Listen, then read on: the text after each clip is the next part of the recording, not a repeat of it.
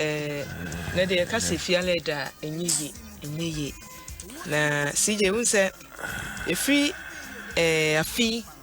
time sa coronavirus isha ase no na me ka say this year no afia se wutumi survive na ye kwa wie ya ye bisa wo se die na wunya na fi mu a wodi nyame di kan se nyame adome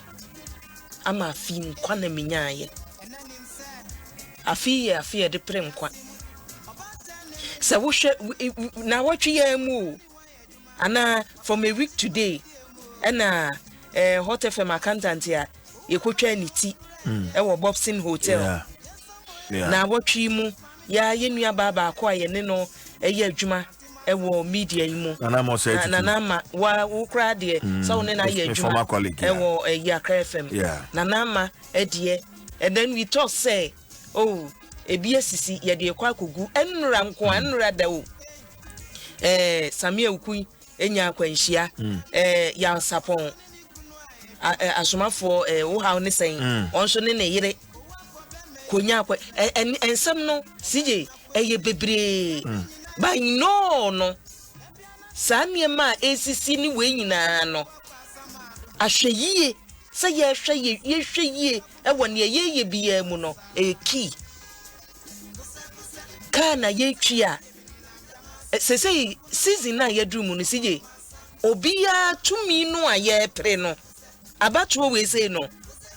aye survival of the fittest eti obia campaign no say wunya baabi modwa no waka ma nipa ni nyina ate e was go to the grounds who ran nipa ne dem who ran fie enti say obi simu anopa CJ obedru fie anajo say obi free fie anopa say wo ko campaign na politicians here na mi no omu bedru fie anajo kon no bedru eti in the process no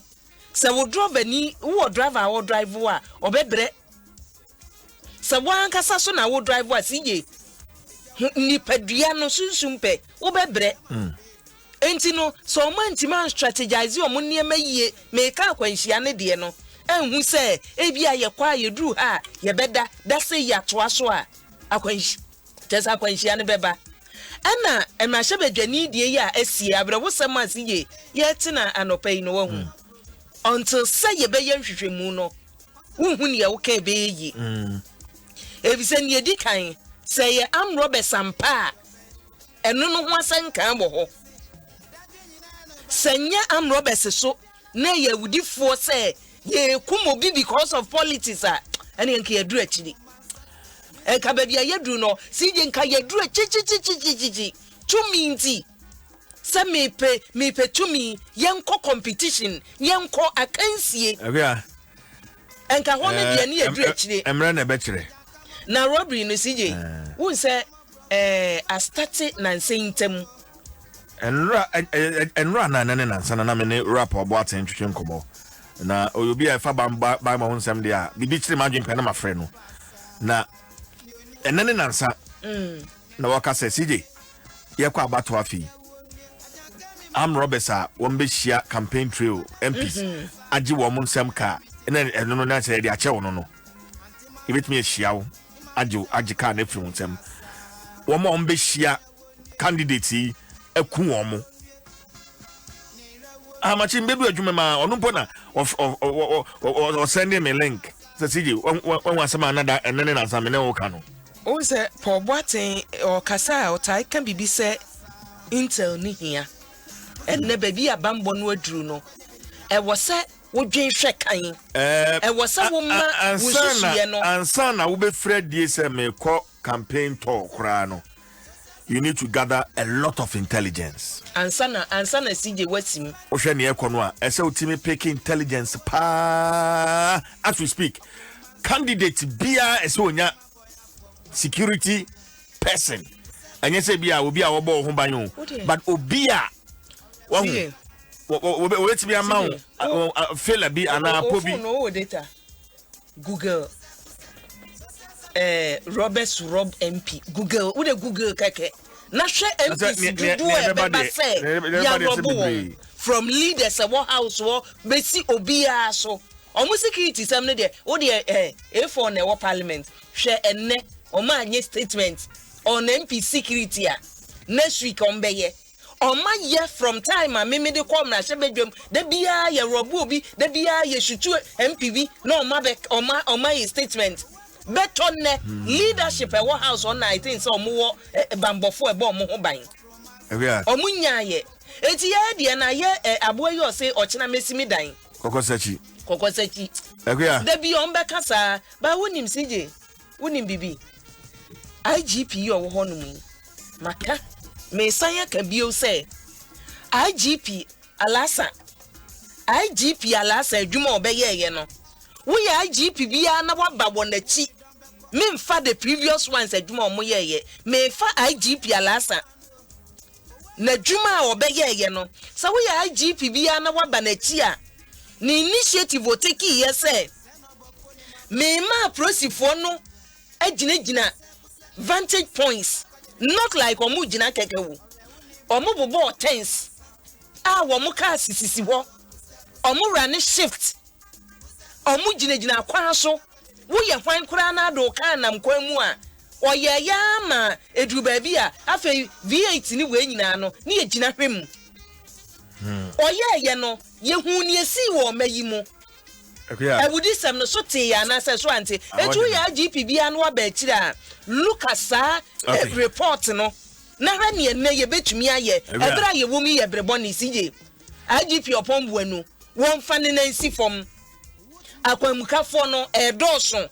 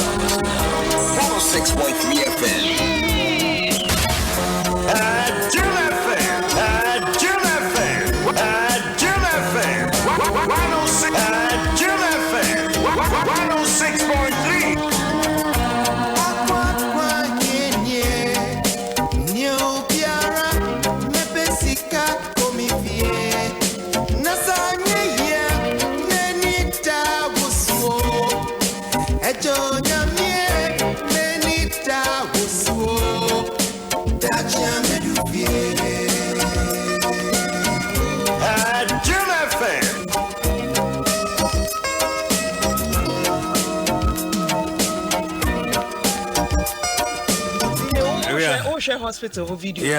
Yeah. Wo share hospital video no. Kroni nyina adane. Constituency won nyina o. Na say oyobi a me a me no atena se wo bani issue so da one on one. We are CJ before 2016 election. That's like yeah to abana there's no before 2016 election. O invite me ma make constituency, you know, our guest house. Ewo Mankesim or guest house na me we finity guest house the nickname kra na daso or guest house wo ho enti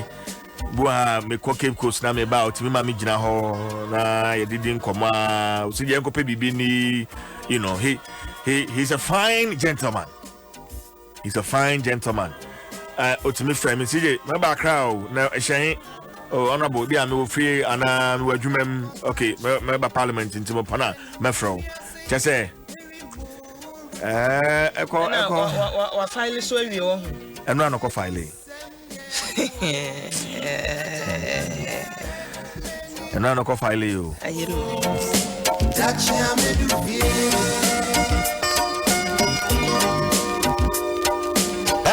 June FM 106.3.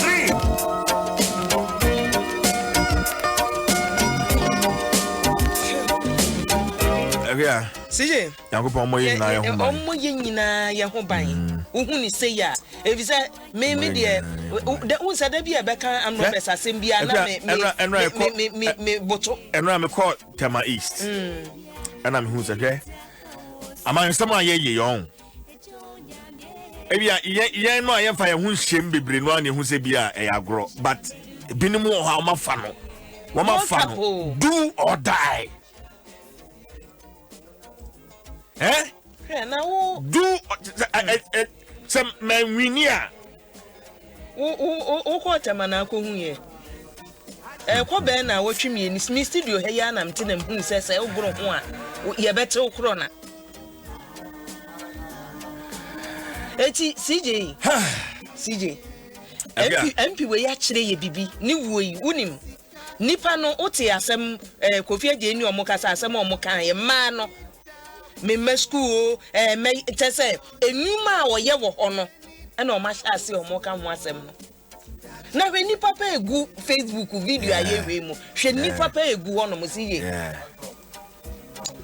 mame fame paper na ye nkwa ni mu but ekwi answer na no say unim say afibia ye de habitat fair ye de ba na ne to su du ba ko na Joy News na fe Ecobank de ebe na ehase memenda 17th to Kwesiada 18th October ewo West Hills Mall anapa no wotwe de kopem anapa anwumre no wotwe 8 a.m. to 8 p.m. na COVID-19 amanfo bedwin se bia nyade ametimi aba we patrons and exhibitors on beba nyina no they are covered with virtual participation wherever you are. Engineer say the niema begu social media handles ne online ne ande ma won so etimi de wo ho ashemu ebi. So join us as we seek solutions in finding credible alternatives for shelter if affordable housing will forever remain a mirage. Enti shanin so opese odo hu shema je numbers mi yuni na opese o ye exhibitor na o sponsor 0244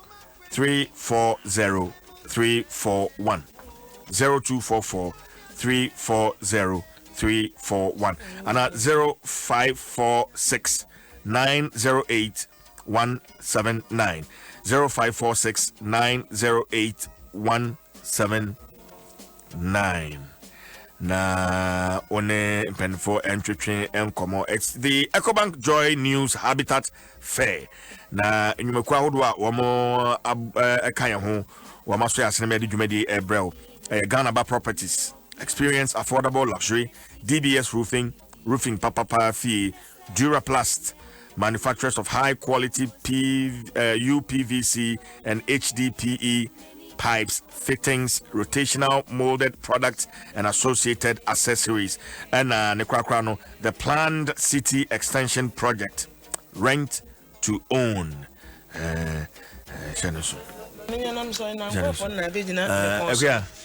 Abushan for yemfa daily guidance here anopai ewo de bonkrata na poso mu na so for ya wo sho meyi dwade ni mfidi dwuma so wonmonyamfo alankwadwo chematen ena ne mfonyi da hen enra bra no nsantwefo nhia mu ya so ya bodo ne ye no edru no so no wakoye no wode atu dwa se 1D 1F 1 district 1 factory no wose e bi amanfo dwen so na ye hu hwe ne ye hu hwe ose ye dwuma eye dwuma ne nipa ama bonye dwuma ye wo mayimu eye 140,000 nyuma ya 1 district 1 factory diaba no 140,000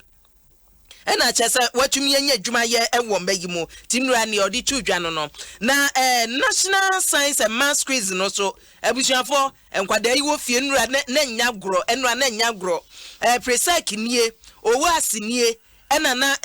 hifo supo na e kan wa disco for na disco for de omo no tim se da bi omba animu a beba so omo so omo to ne yese se wo kan woni edikan no ho ana so obedikan etinura na omo kan omo edikan no omo anikan nti omo moto no omo di so pepepepepepepe to be the first or to be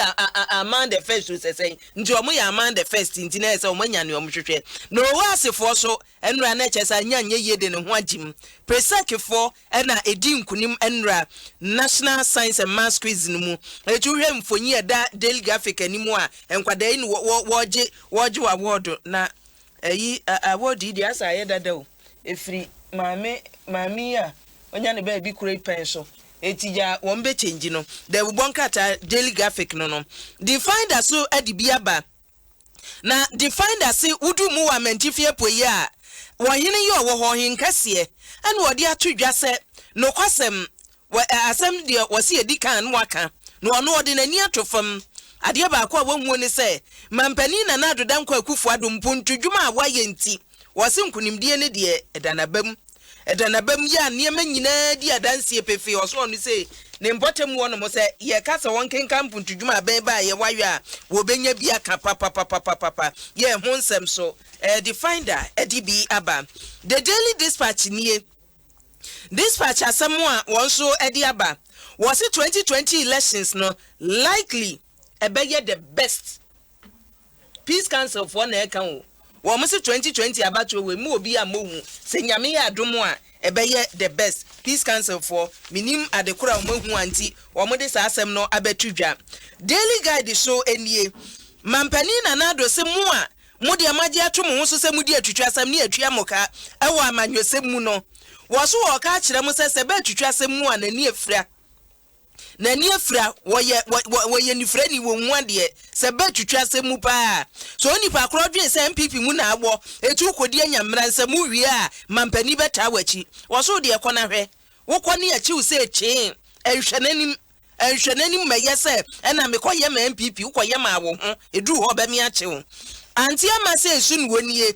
akwatia MP wo no mu a wo ko primaries anya yi ama no nene na momframa posters ipo ba bonte sa ama se wo ko independent ena ama se yeso wo se wanya nko ni posters ni nyina ayeka muso amudi na chi ye ni yodum nyina no ama se si wonko ba bia okay wonko ba bia Daily Guide so obesi ha ayo sije obesi ha enko na nakura de munye desa emu nyɛ me pene ne maami a yeso ɔte ase no me nyano ahwa no wodi ni bakro we nsie wo maami nko no no ɔde doctor kɔ ne maami yi ase akwa maami nda ase ne fancy akwa batwa ya Adom na de bonkata na poso ede abran